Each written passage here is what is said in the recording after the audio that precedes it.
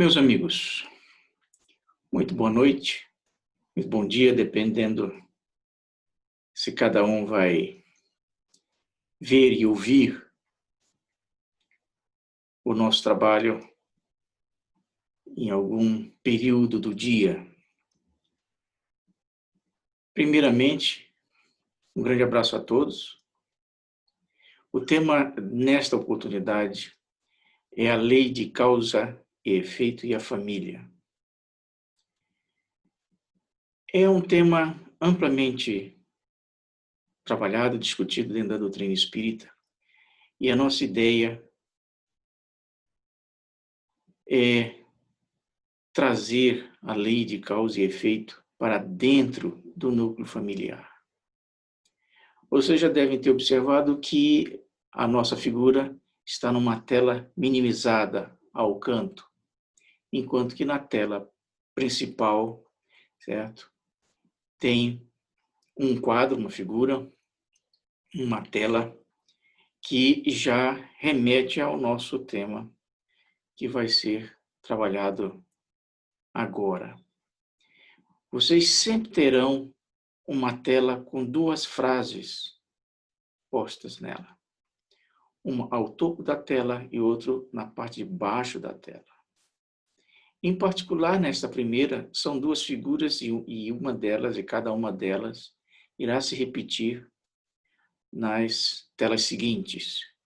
O nosso objetivo de fazermos e utilizarmos essa metodologia, essa estrutura, é facilitar o nosso trabalho e possibilitar que vocês não apenas ouçam o que nós estamos falando, mas ao mesmo tempo em que ouçam, leiam, reflitam, meditem e raciocinem em cima daquilo que está sendo visto e daquilo que está sendo ouvido. Essa é a razão de por que estamos usando essa estrutura de apresentação que seria semelhante ao que faríamos se estivéssemos totalmente presenciais e não de forma virtual. Como vocês podem estar vendo, tem duas figuras na tela.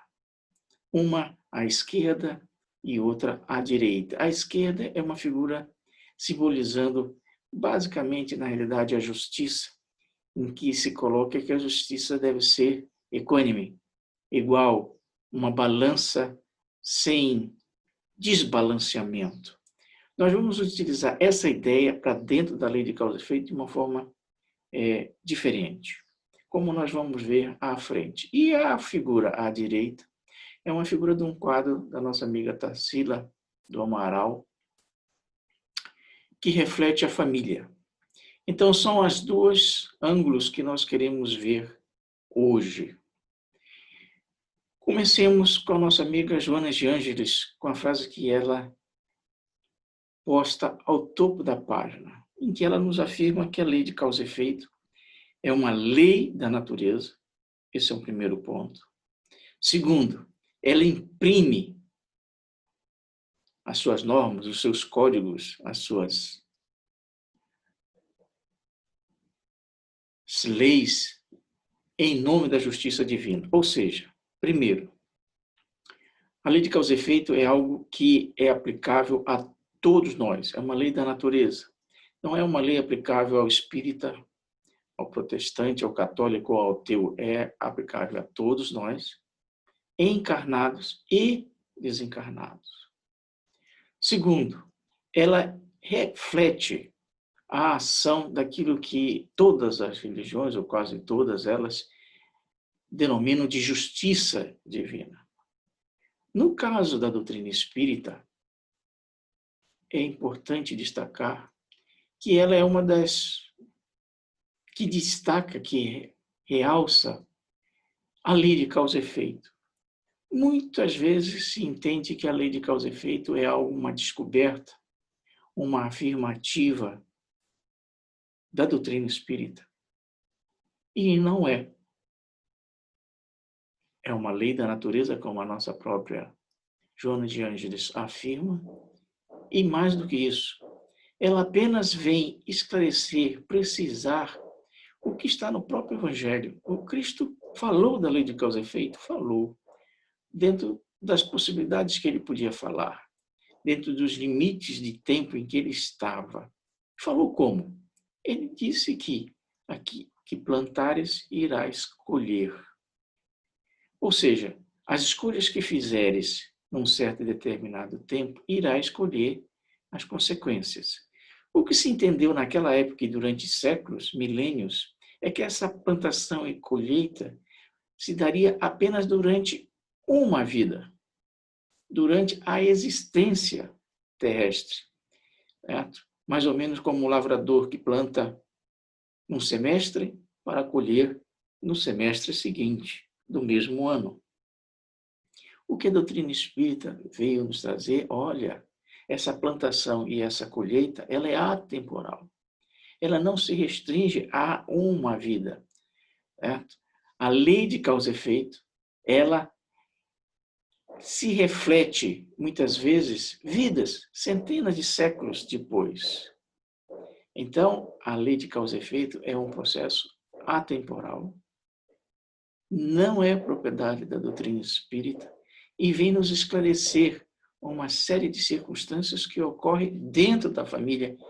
Por exemplo, poderia ser dentro da área de enfermidades, dentro da área de oportunidades de trabalho, e assim sucessivamente. O que nós estamos querendo ver hoje é um ângulo da lei de causa e efeito dentro, especificamente, do núcleo familiar. E é exatamente isso que o nosso amigo Emmanuel nos coloca na frase que está embaixo da tela. O que ele nos diz? Olha, muitas vezes frustrações, conflitos, aversões no hoje refletem desequilíbrios afetivos do ontem. Ou seja, é a plantação que hoje está sendo colhida em função do livre-arbítrio que nós tivemos no passado de escolher, de agir de uma determinada forma. E a lei de causa e efeito vem como reflexo da justiça divina, trazendo essas colheitas para dentro do lar. Os nomes que nós damos a essa colheita são conflitos, aversões, dores, lágrimas, brigas, guerras. Então, o que nós queremos detalhar é essa questão. Como é que se faz isso? E o primeiro ponto, nós precisamos entender melhor, um pouco melhor, a lei de causa e efeito. Viremos a página. Aqui vocês estão vendo apenas uma figura. Por quê? Porque aqui não iremos fazer, como fizemos na tela anterior, um paralelismo entre lei de causa e efeito e família. Aqui estamos vendo a lei de causa e efeito, que não se aplica apenas à questão da família. Os aspectos que vamos ver, elas são absolutamente gerais, mas importantes para entendermos o que acontece ou o que podemos fazer acontecer dentro da família.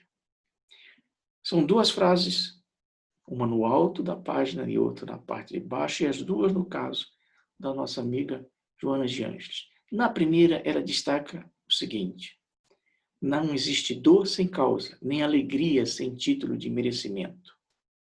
O que ela quer dizer com isso?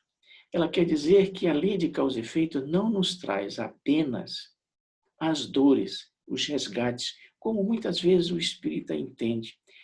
Muitas vezes nós entendemos que a lei de causa e efeito só nos traz os sofrimentos, os resgates, as expiações.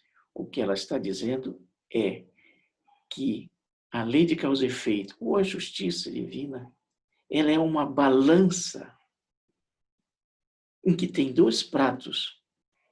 Em cada um dos pratos você tem, muitas vezes, as dores e no outro prato, as alegrias.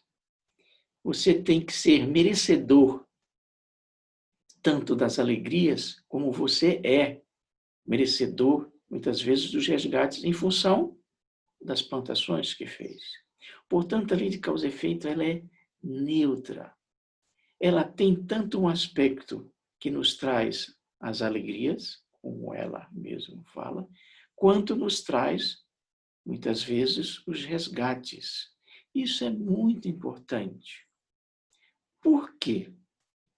Porque a lei de causa e efeito, ela não apenas se restringe ao passado e nem ao presente, que é o que a nossa amiga Joana de Ângeles fala na frase que está na parte de baixo. Ser sábio, investe no futuro. Ou seja, ela está nos dizendo que a lei de causa e efeito, ela não apenas nos traz as consequências do passado para o presente, como no presente eu posso construir consequências positivas para lá para frente. O nosso amigo Emmanuel tem uma figuração muito interessante. Ele diz o seguinte: imagine que você é um viajante. E você sempre vai ter bagagens nessa sua viagem. O que acontece quando você chega à estação de partida? Você despacha essas bagagens para você receber na estação de chegada. Aí ele diz: meu amigo, tome cuidado, porque hoje você está recebendo as bagagens que você despachou ontem. Tome cuidado com as bagagens que você está despachando hoje, porque você vai recebê-las na estação de destino, que é o futuro. E isso é absolutamente real. Por quê? Porque somos imortais, existe a reencarnação e a justiça divina vai nos aplicar dentro da lei de causa e efeito, de você colher o que você plantou. O que você plantou? As bagagens que você despachou. O que você está colhendo? O que você lá atrás demandou para o futuro. Portanto, hoje, procure despachar o melhor que você tenha, porque tenha certeza que a bagagem vai estar lá na frente, o esperando. Então, esses dois pontos são muito importantes para nós entendermos como é que isso se reflete dentro do núcleo familiar, que é o nosso próximo passo. Viremos à página. Aqui já começamos a adentrar no aspecto eminentemente da lei de causa e efeito para dentro da família, com um aspecto levemente geral ainda. Temos duas afirmativas, uma ao alto da tela e outro na parte de baixo da tela. As duas, no caso, do nosso amigo Emmanuel. A primeira, ele tem uma afirmativa que não se aplica apenas à questão familiar, e eu vou destacar isso na frente. É uma explicação de que muitas vezes as pessoas têm de por que ocorre que dentro dos lares você tem, às vezes, tantos desencontros, tantas dores. Já falamos que muitas vezes é as bagagens que você despachou. Mas ele aí esclarece: olha, pela justiça divina, pela lei de causa e efeito, todas as contas a resgatar pedem relação direta entre credores e devedores. Por isso, nós encontramos, muitas vezes, não apenas dentro do lar, mas muitas vezes dentro do núcleo de trabalho, certo? Situações em que você não tem apenas duas pessoas se reencontrando, ou se reencontrando, ou trabalhando, ou convivendo, mas temos muitas situações em que um lado é um credor e de outro lado é um devedor. Daí é que vem as cobranças. Porque intimamente um se sente como na posição de quem foi roubado, destruído, no passado e que hoje você deve restituir isso que lhe foi tomado no passado. Observem que esta frase do nosso amigo Emmanuel se aplica no núcleo familiar, se aplica muitas vezes para a área de trabalho física, mas se aplica também, por exemplo, nos aspectos eminentemente espirituais. O que quiser dizer eminentemente espirituais? Ele diz, todas as contas a resgatar pedem relação direta entre credores e devedores. Ele não diz entre credores e devedores encarnados, que ocorre em muitos casos familiares. Mas o que ocorre se um credor está no plano espiritual e o devedor está na matéria? O que ocorre é o que muitas vezes a gente vê, quadros obsessivos. A obsessão é uma relação direta entre credores e devedores, onde um está no plano espiritual e o outro está no plano material. Um se sente credor daquilo que o outro fez quando os dois estavam no mesmo plano no passado. Um hoje está do lado de lá e o outro está do lado daqui. Mas todas as contas remetem a uma ligação direta entre credor e devedor. Aí vem os processos obsessivos. Os processos obsessivos, eminentemente, uma grande parte deles, não todos, certo? É um processo de resgate. É uma bagagem que eu estou recebendo hoje. Agora, o nosso amigo Emmanuel, ele traz essa relação direta entre credores e devedores para dentro do lar. É o que ele diz. Muitos lares é como fosse livros. Cada capítulo desse livro ele tem características distintas. Por quê? Porque cada livro, cada capítulo deste livro é uma personagem do nosso núcleo familiar. E cada personagem tem características distintas. Então, num vai exigir que você dê paciência, no outro, equilíbrio, no outro, abnegação, num, você, mais firmeza, mais carinho, mais atenção.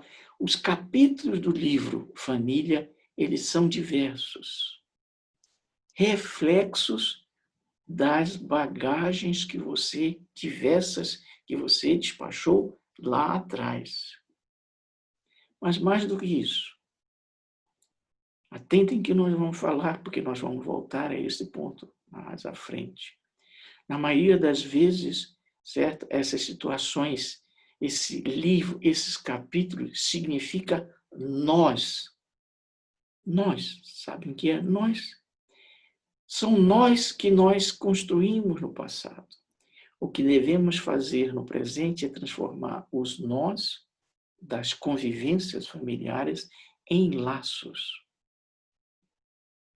E isso demanda tempo. Demanda, às vezes, muito tempo. Feito essas observações, podemos agora entrarmos mais direto nas questões familiares, com a lei de causa e efeito nos trazendo para a gente compreendê-las melhor. Veremos a página. Estão vendo? Esta tela e as demais sempre vai haver uma pergunta, que é normalmente o que muitas vezes nos faz. E essa pergunta em particular foi feita para a nossa amiga Joana de Ângeles, que está no livro, certo? Joana de Ângeles Responde, que eu aconselho que leiam. Por quê? Porque é um livro que sintetiza 30 livros da Joana de Ângeles. A equipe que compôs o livro, ela varreu 30 livros da Joana de Ângeles e fez aquilo que a gente chama na engenharia de engenharia reversa. Fez perguntas nas quais a resposta está em algum dos livros da Joana de Ângeles. Nós escolhemos dessas perguntas, são mais de 200, em que, muitas vezes, é uma pergunta muito comum. De onde procedem essas criaturas difíceis que são colocadas ao nosso lar? Observem que a pergunta é bem geral. Criaturas difíceis. Quem são essas criaturas difíceis? Quem assume essas criaturas difíceis? Pode ser o pai, pode ser a mãe, pode ser a avó, o tio, a esposa, o filho, o irmão, o chefe. São criaturas difíceis. E observe que a pergunta, certo? Muitas vezes colocadas. O colocadas está como impostas. E sabemos que não é um processo de imposição, é um processo de escolha que nós fizemos no passado, despachamos as bagagens e hoje estamos recebendo no presente. Então, a resposta da nossa amiga Joana de Ângeles, que está na realidade no livro Dimensões da Verdade, que está dentro daquele Joana de Ângeles responde, tem 3 partes. A primeira é quem são? Quem são, nós já vimos. Quem são todos aqueles nos quais nós convivemos no passado e geramos uma relação direta de credor e devedor. Observe que a gente normalmente vê como uma relação direta com devedores. Mas observe que o nosso amigo Emmanuel foi muito sábio. É uma relação direta entre credor e devedor. Credor significa que muitas vezes essa relação é uma relação de amor, porque você tem uma relação positiva, de crédito perante a pessoa. Então, quem são? São todos aqueles os quais nós já convivemos. Às vezes, criamos e plantamos coisas alegres e positivas, e, na maioria das vezes, tristezas e lágrimas, em que hoje um está, de alguma forma, nos cobrando essa situação gerada lá atrás. Exatamente por isso que eles estão perto, mas não estão lá colocadas ou impostas, que é a primeira observação que ela faz. Não renascestes ali, ou seja, no núcleo familiar, numa circunstância anacrônica, ou seja, fora do tempo, casual, ou seja, oportunista. Nós renascemos dentro da nossa família por uma razão precisa no tempo, não é anacrônica, e não é um acaso, é um processo casual. Houve um planejamento, houve uma relação direta entre você e ele no passado, refletindo no presente. Entenderam? A frase da nossa amiga Joana de Ângeles, ela é absolutamente sucinta, mas ela é enormemente complexa. Então, ela afirma, as circunstâncias não é uma circunstância do hoje, não é uma circunstância do momento, não é uma circunstância, como ela diz, anacrônica. E não é algo casual, pelo contrário, é causal, ou seja, existe uma razão. Nós é que não lembramos. Por isso é que não reencarnamos na família de nossa preferência, mas na que necessitamos na maioria das vezes. Não significa que a gente não vá reencarnar muitas vezes, certo? Dentro de um núcleo familiar onde todos os integrantes estão harmônicos. Ótimo, maravilha, é uma bênção. Mas na maioria das vezes, certo? Reencarnamos no núcleo familiar, não que necessariamente gostaríamos, mas que necessitamos para o quê? Para reajustar essa relação entre credores e devedores. Por isso é que cada capítulo do livro do Emmanuel se torna, às vezes, difícil, porque vai exigir aquilo que ela fala aí de compensações indispensáveis. As próximas telas que nós vamos ver, e o nosso tempo está correndo, certo? Literalmente falando, né? Nós vamos ver várias perguntas que muitas vezes nos fazem e que a gente encontrou de forma precisa as respostas em um livro do nosso amigo Emmanuel, chamado Leis de Amor. É um livrinho desse tamanhinho, tá? Do tamanho que vocês podem estar vendo na tela, por mais que a tela esteja pequena mesmo, certo? Em que, exatamente num dos capítulos do livro, certo? Ele vê essa questão de presente e passado, certo? com diferentes ângulos, certo? Onde se faz muitas vezes essas perguntas que estão no alto da terra. Quem é o marido faltoso? Quem é o marido desleal? Quem é a esposa desequilibrada ou a desorientada? E ele responde de forma absolutamente sucinta, certo? Em que remete a explicação, certo? Para dentro da lei de causa e efeito. Em particular, certo? Normalmente o marido faltoso, o marido ingrato é aquele mesmo homem que no passado a mulher muitas vezes o desrespeitou, o abandonou, o inclinou à mentira, à crueldade e vice-versa, certo? Muitas vezes a mulher que está ao lado daquele homem corresponde àquela mesma mulher que ele levou à falência moral, a uma viciação, a um erro, como ele está mesmo explicitando aí. O importante é ver como lidar com essa situação. Qual é o trabalho a ser feito nessa situação? É o que vamos ver na nossa próxima página. São duas afirmativas. Uma do nosso amigo Emmanuel, outra do nosso amigo Camilo.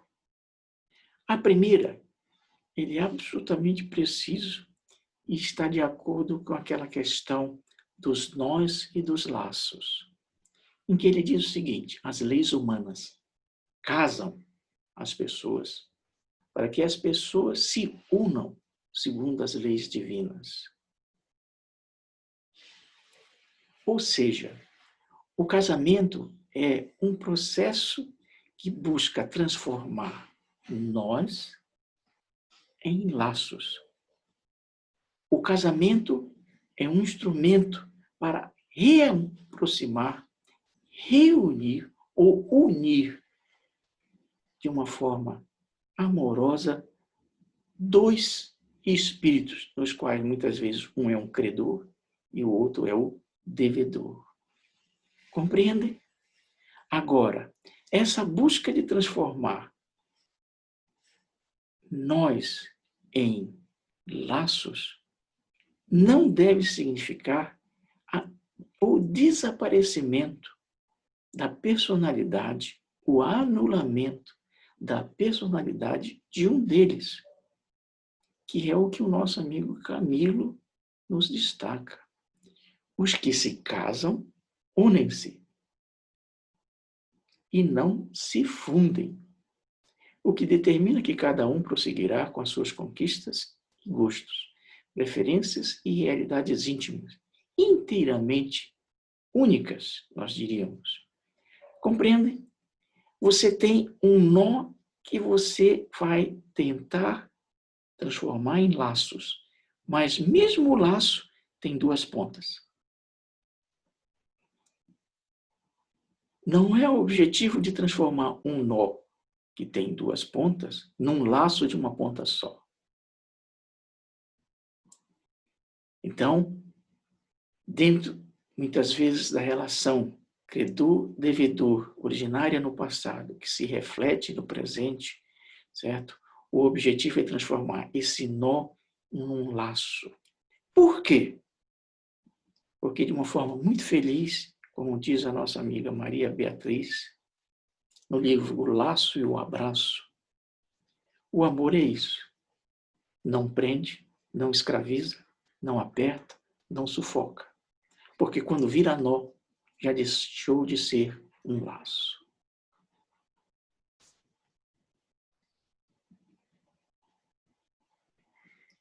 E por fim, uma frase que está no pé da página, que na realidade é uma reescrita de uma expressão do nosso amigo Vinícius de Moraes, que nós procuramos muitas vezes reescrevê-la, em que ele dizia que a vida é a arte do encontro, embora haja tanto desencontro pela vida.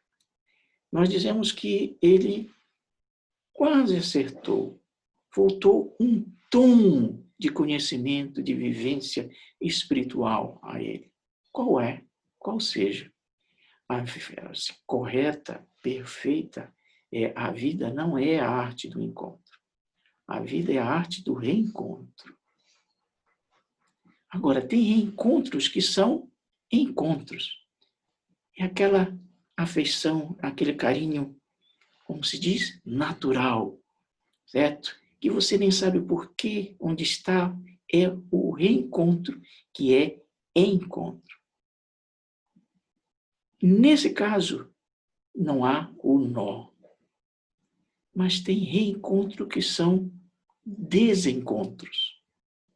Neste caso, são os nós que precisam ser transformados em laços.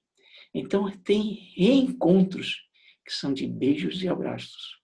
E tem reencontros que são de lágrimas e dores, que são os desencontros. Viremos a página. A mesma questão que foi feita para o aspecto, digamos assim, do casal, é feita para a relação ao filho, à filha, certo? E mesmo nesse caso, a resposta do nosso amigo Emmanuel, certo? É semelhante, certo? Muitas vezes aquele filho rebelde, vicioso, é o mesmo espírito que no passado a gente levou à delinquência, ao erro. Utilizamos deles muitas vezes de forma negativa. E a mesma forma é aquela filha que muitas vezes nós levamos ao desequilíbrio, ao erro no passado. Então, são as bagagens que nós despachamos. No passado nós despachamos para o futuro, que é o hoje. E que nós devemos tentar reescrever esse capítulo do livro de uma forma mais tranquila, equânime. Viremos a página, que o nosso tempo está correndo.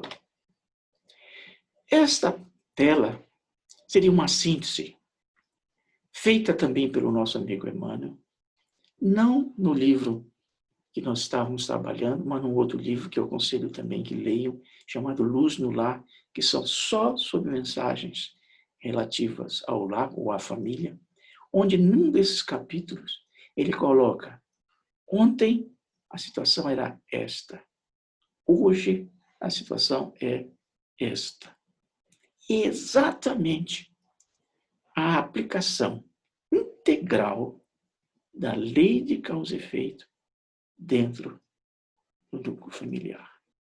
Então tem o companheiro que vira o parente difícil, tem o jovem que vira a filha incompreensiva, tem o irmão do passado que vira o esposo cruel, tem alguém no passado que nós levamos ao suicídio, hoje, muitas vezes, é o filho ou a filha com problemas congênitos, é a companheira que levamos no passado, que transplantamos hoje para uma esposa complicada, os pais, né, que muitas vezes nós destruímos no passado, trazemos hoje uma situação dolorosa para o presente. É a colheita da plantação. É a bagagem despachada. Viremos à página. Em síntese, e são 3 sínteses. 2 feitas pelo nosso amigo Emmanuel e outras pelo amigo André Luiz. Destaco que são 3 sínteses tiradas de 3 livros distintos. Mas se nós não disséssemos isso para você e nós colocássemos os 3 parágrafos, porque são 3 parágrafos, de forma contínua, vocês poderiam dizer, mas é uma mensagem só. A ideia é uma só. E é. Só que um complementa o outro. Só que nós estamos colocando junto o que estava espaço. Então, a primeira frase, o primeiro parágrafo, é aquele que estava ao início da tela do nosso trabalho de hoje. Em que ele dizia, olha, as frustrações, as dores, certo? No hoje, certo? Refletem desequilíbrios afetivos no ontem. Nós traduzimos esses desequilíbrios afetivos com os nós, ou com as bagagens que nós despachamos, certo? Pesadas, no passado. Em função disso, é que muitas vezes somos atraídos por determinadas almas e por determinadas questões, nem sempre porque as estimemos em sentido profundo, mas sim porque o passado a elas nos reúne, que é o que o nosso amigo André Luiz nos fala. Entenderam? Em função da justiça divina, em função da lei de causa e efeito, em função das bagagens que nós despachamos, dos nós a serem trabalhados, muitas vezes nos reencontramos com as pessoas, não porque haja um sentimento profundo entre os dois, mas porque há uma necessidade de retificar ou de transformar um nó num laço. Portanto, quando te vejas diante de filhos crescidos, e nós diríamos, não apenas filhos crescidos, de parentes crescidos, de amigos crescidos, erguidos à condição de dolorosos problemas do espírito, recorda que eles são credores a pedirem resgate de nós, os devedores. E, por último, nós sempre gostamos de finalizar os nossos trabalhos com uma poesia. E a poesia que nós escolhemos é do nosso amigo Cornélio Pires, em que ele diz: parentela é a escola santa.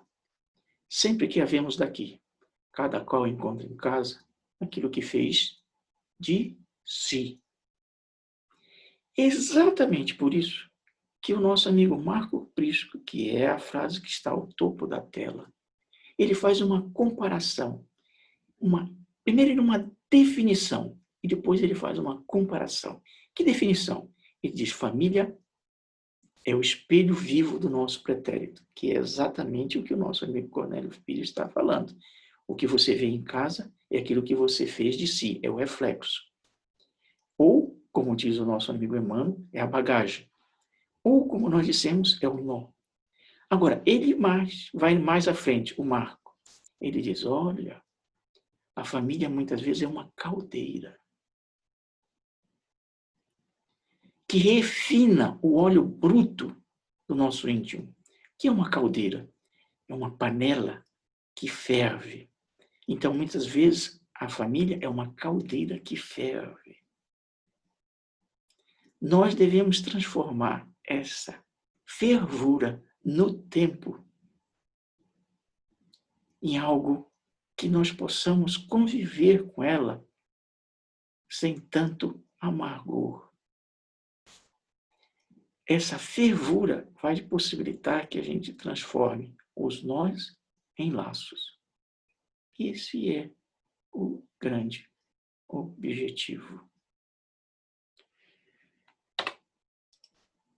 Teríamos várias sugestões de leituras para vocês sobre o tema, desde o Céu e o Inferno, Ação e Reação, do André Luiz, Justiça Divina, do nosso amigo Emmanuel, e o livro Párias em Redenção, do nosso amigo Vitor Hugo, para aqueles que queiram ver a lei de causa e efeito atuando no núcleo familiar de uma forma de romance.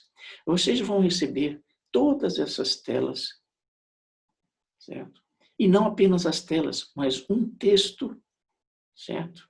Que, digamos assim, dá suporte para cada uma delas e para cada uma das frases e explicações que demos, além do vídeo que estão vendo. E eu destaco,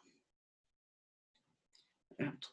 Em particular, e não vou explicar, uma frase do nosso amigo Emmanuel, que está na Justiça Divina, que tem uma aplicação muito geral, em que ele diz: na matemática do universo, o destino, entre aspas, dar-nos-á sempre daquilo que lhe dermos. Meditem.